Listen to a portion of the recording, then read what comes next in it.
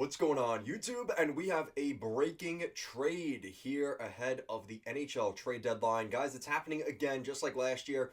We're seeing a lot of trades here before the deadline, and today it's a pretty big one. This is one that we've talked about in terms of rumors for the last couple of weeks. I kind of knew this one was coming in the pipeline. We've heard a lot of connections between the Rangers and the Canucks over the past couple of weeks, and we have a trade. The New York Rangers bring back slash acquire JT Miller. They also acquired Eric Brandstrom and Jackson Dorrington. The Vancouver Canucks acquire a 2025 first round pick. There's a condition on that pick. We'll talk about that as well. Forward Philip Hedl and Victor Mancini. All right, so let's break down this trade. There's a lot of discussion about this deal. Clearly, the New York Rangers won this trade, or so you may think, or maybe they did win this trade. We're going to talk about that here. So, right off the bat, I think the problem with this trade, you look at what the Colorado Avalanche got for Mikko Rantanen. You look at the fact that he was a rental. You look at the fact that Gary Bettman literally yesterday told us the salary cap is going to be increasing by at least 10 or 11 million over the next 2 to 3 years. So obviously we know the circumstance of this trade. There's stuff going on behind the scenes. Elias Pettersson, JT Miller. We understand that there's another connection to this trade. Gotcha. But why didn't the Canucks get more here? Because the way I look at this situation, right, you're looking at it in the sense of, let's look at the context. So 35 points in 40 games for JT Miller. He's got 9 points this season. Now, let me also remind you, he also is in year 2 of an 8-year contract that's paying him $8 million per season. The Canucks are paying him $8 million this season to score 9 goals halfway through the season, which means at this rate, let's say through 42 games, through an 82-game schedule, we're halfway through the season, he's on pace to score 18 to 20 goals this season. That's a no-no. That can't be the case, especially following up where last season he had over 100 points with the Canucks. This is not acceptable, right? So the fall from grace, maybe we didn't expect him to get 100 points this season like he did last year, but you didn't expect his value to drop this much. Now, let's throw the caveat on this. So you have to remember here, the Rangers are looking at this as the salary cap's going to continue to go up. So $8 million for JT Miller by the end of this contract isn't that bad, right? Like, we have to remember the context of the salary cap today at $8 million for JT Miller. Yeah, for 9 goals is still a lot. But the value, like, they're taking, like, the Canucks, I can understand they want to move out the salary here. Yes, but that salary cap is increasing tremendously over the next couple of years. It's a weird way to move out salary. I don't know. I'm kind of torn on this one. Now let's go through the rest of the deal here. So Eric Brandstrom, who I forgot was even with the Vancouver Canucks, in all honesty, right? I think we can all kind of agree with that. Now this is interesting for the Rangers, and we're going to get more into that in a second. But Eric Brandstrom comes over in this deal. He's basically been a part of the American Hockey League team. So this is another depth defenseman for the New York Rangers. Which, if the Rangers are acquiring another defenseman here in Eric Brandstrom, it's kind of leading me to believe that we could see another Rangers defenseman out the door. The Rangers are making a lot of changes to the blue line this season. And I kind of understand what the point of that is. It doesn't fully make sense, but I understand where they're coming from here. They're looking to move out Keandre Miller because his new contract's going to be coming up this summer. He's an RFA. They probably know they're not keeping him. They're probably going to move him. I think that's a pretty safe bet at this point. They gave Will Borgen that big contract, so he's sticking around. So Keandre Miller might be out the door. Ryan Lindgren's probably out the door. But the Rangers also want to compete for the Stanley Cup playoffs this year still. Like, they still see a window here where, yeah, they're falling in the standings. They're 7th in the Metropolitan Division. But they still have a chance to make the playoffs, as odd as that sounds. And I think that's why they're making this type of move where Brandstrom, like, he's got 3 in 3 games. Actually, no. He's got 8 points in 28 games. So he's not necessarily the guy that, he's bounced around the league a little bit. He was the 15th overall pick in 2017 by the Vegas Golden Knights, was a huge piece of that Mark Stone trade, right? Where he ended up going to Vegas. Eric Brancham goes to Ottawa. Things didn't work out in Ottawa. He goes to Vancouver. Things don't work out in Vancouver. Now he's got almost 300 games in his NHL career, and he really hasn't materialized into that player worthy of a first-round pick. He's a left-shot defenseman. He's still 25 years old, so he's probably not going to be a top-pairing defenseman, and I wouldn't even put him as being a top-4 defenseman. He's probably more of a 5-6 at worst, probably a 7th defenseman at this point, but I think the Rangers do like the idea of him as a younger defenseman still, that there's still the potential of some upside there. He's 25. So worst case scenario, if things don't work out, he's another guy to add to the mix, see how he does the rest of the way, and if they don't want to keep him, they can, I hate to kind of be this blunt about it, they can kind of dump him this offseason. Jackson Dorrington, got to be honest with you, not a guy I really knew too much about. If you told me that Jackson Dorrington was on the Vancouver Canucks, I would have said, okay. Not really much on Jackson Dorrington. He's another piece of this deal. But now let's go to the Canucks side of things, because there's a little bit more to talk about here for the Canucks side of this deal. So Filipino makes a lot of sense here, because a couple weeks ago in the trade that we heard, it was similar to this deal. It was a 2025 first-round pick, which we kind of are speculating it was a 2025 pick, but it was a first-round pick. Filipino and Ryan Lindgren.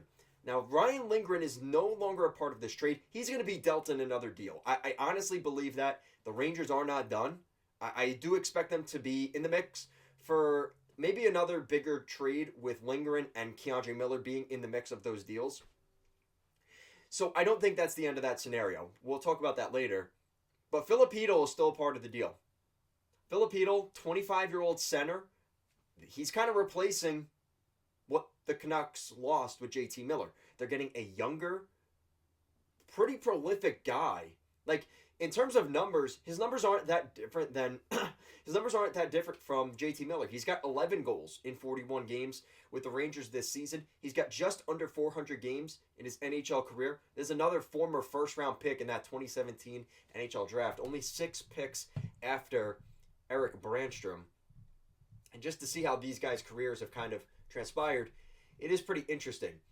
But kind of looking at the ceiling for Filipino, his ceiling was in 75 games in the 22-23 season. He put up 45 points. He had 22 goals that season. That's kind of the high. And at this point, he's going to be pretty close to that 40 to 50 point mark this season. It's one of those things with Hedl where he's going to end up being a middle six guy, a second or third line center, depending on how deep your center core is. He's a pretty good player. I do like Filipino.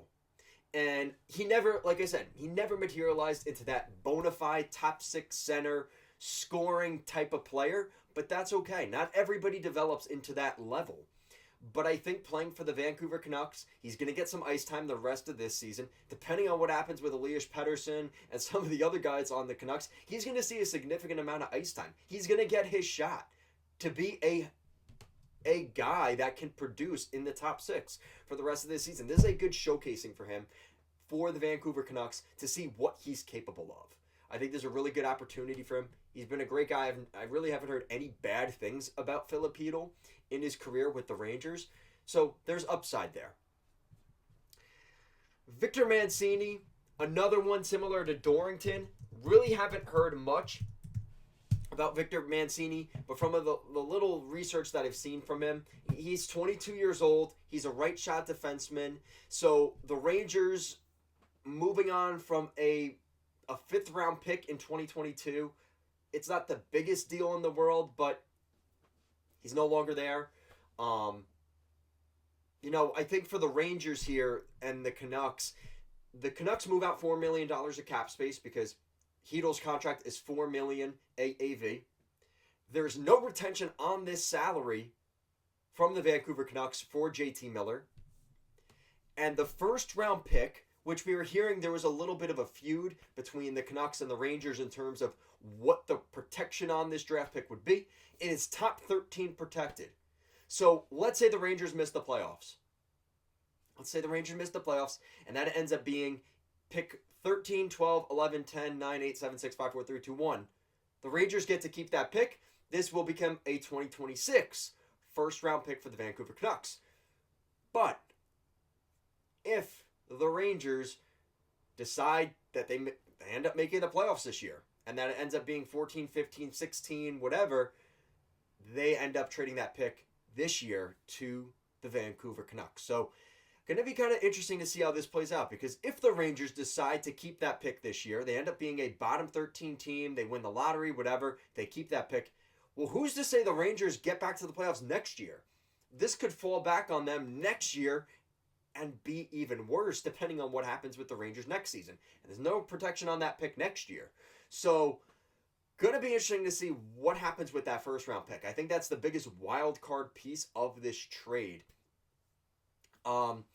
Overall, I don't think the Canucks lost this trade as much as everybody is saying. Like, I understand, like, you're getting a middle six center with Hedl and probably a middle of the pack first round pick for JT Miller, who had such a good season last year. I just don't think the market was there for JT Miller. And a lot of the stuff that came out with Elias Pettersson and JT Miller and the off-ice issue stuff, like, the Canucks didn't have much leverage here. I just don't think the market for what they wanted for him was going to be available. And this is kind of what happened. And Chris Drury has a long connection with JT Miller. If I'm not mistaken, I'm pretty sure they played together in New York when Chris Drury was the captain of the New York Rangers. I don't know for certain, but I wouldn't be surprised that there may have been an overlap between JT Miller and Chris Drury at Madison Square Garden with the Rangers during that early 2010s period before he got traded in the Ryan McDonagh deal to the Tampa Bay Lightning. I wouldn't be surprised if there was something there.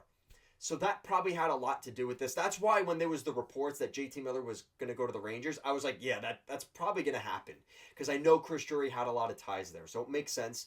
For the Canucks side of things, like I said, it sucks. You wish you got more in this deal, but I am not necessarily sure that they're done yet. I really do think they are looking to make another trade here. I wouldn't be surprised if they're able to snag a Bowen Byram or an Owen Power in the Elias Pettersson trade. Or they're able to find a way to drag another defenseman from maybe Columbus or Ottawa or one of those teams, maybe looking, or Detroit. You know, what could they maybe get from Detroit in a deal for Elias Pettersson? There is a market for Elias Pettersson, and I think the Canucks are going to do pretty well in that deal because they don't have to trade him. Like, JT Miller, you kind of get the feeling like they've been trying to move this guy for over a year. But for Elias Pettersson, that market is going to be a lot, I think there's going to be a lot more there. It's going to be a lot more competitive. And I think a lot of teams are vying for him, specifically in the Atlantic Division, in the NHL, in the Eastern Conference. They're going to be looking to get him. So I think there's more there. We'll see what happens.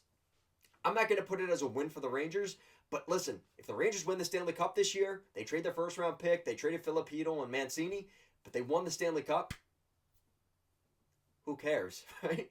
Right? Like, if the Rangers are able to do that, and they bring back JT Miller, the fans love JT Miller, Chris Drury obviously loves JT Miller, it's a win for the Rangers. But if the Canucks are able to get that to be a 2026 first-round pick, non-lottery protected, that ends up being a top 10 pick for the Canucks next year, that's a chef's kiss for the Canucks next year. You can't look at these trades the day that the trade is made and say that's a win or a loss. Because guess what? Victor Mancini might come into Vancouver next year, be a top 4 defenseman. Filipino becomes a second-line center, and that ends up being a top 10 pick for the Vancouver Canucks next year in 2026, and the Canucks won that trade, and the Rangers don't win a Stanley Cup. Like, there's a scenario where both teams win, right? JT Miller lifts the cup with the Rangers either this year or next year or 3 years from now, and the Canucks still get everything they want in this deal. That's also a possibility. And I feel like I'm kind of towing the line here and kind of not picking a side, but the reality is, like, trades don't work in a vacuum like that. right? When Erik Karlsson was traded, from the San Jose Sharks to the from the Ottawa Senators to the Sharks, everybody assumed that the Sharks easily won that trade. But looking back, that ended up being a really good trade for the Ottawa Senators, right? So just keep that in mind. When we go through the rest of the trade deadline, we go through the rest of these rumors and everything else going on, just keep that in mind the rest of the way. Guys, thank you so much for watching today's video. Make sure you are commenting and subscribing to the channel. It drives up engagement here on the channel. Also, as these trades continue to develop and these stories progress, make sure you're subscribed so you get the latest news around the National Hockey League, the latest trades, the latest news, all that stuff. Thank you so much for watching, and I will see you again next time. Peace out, guys.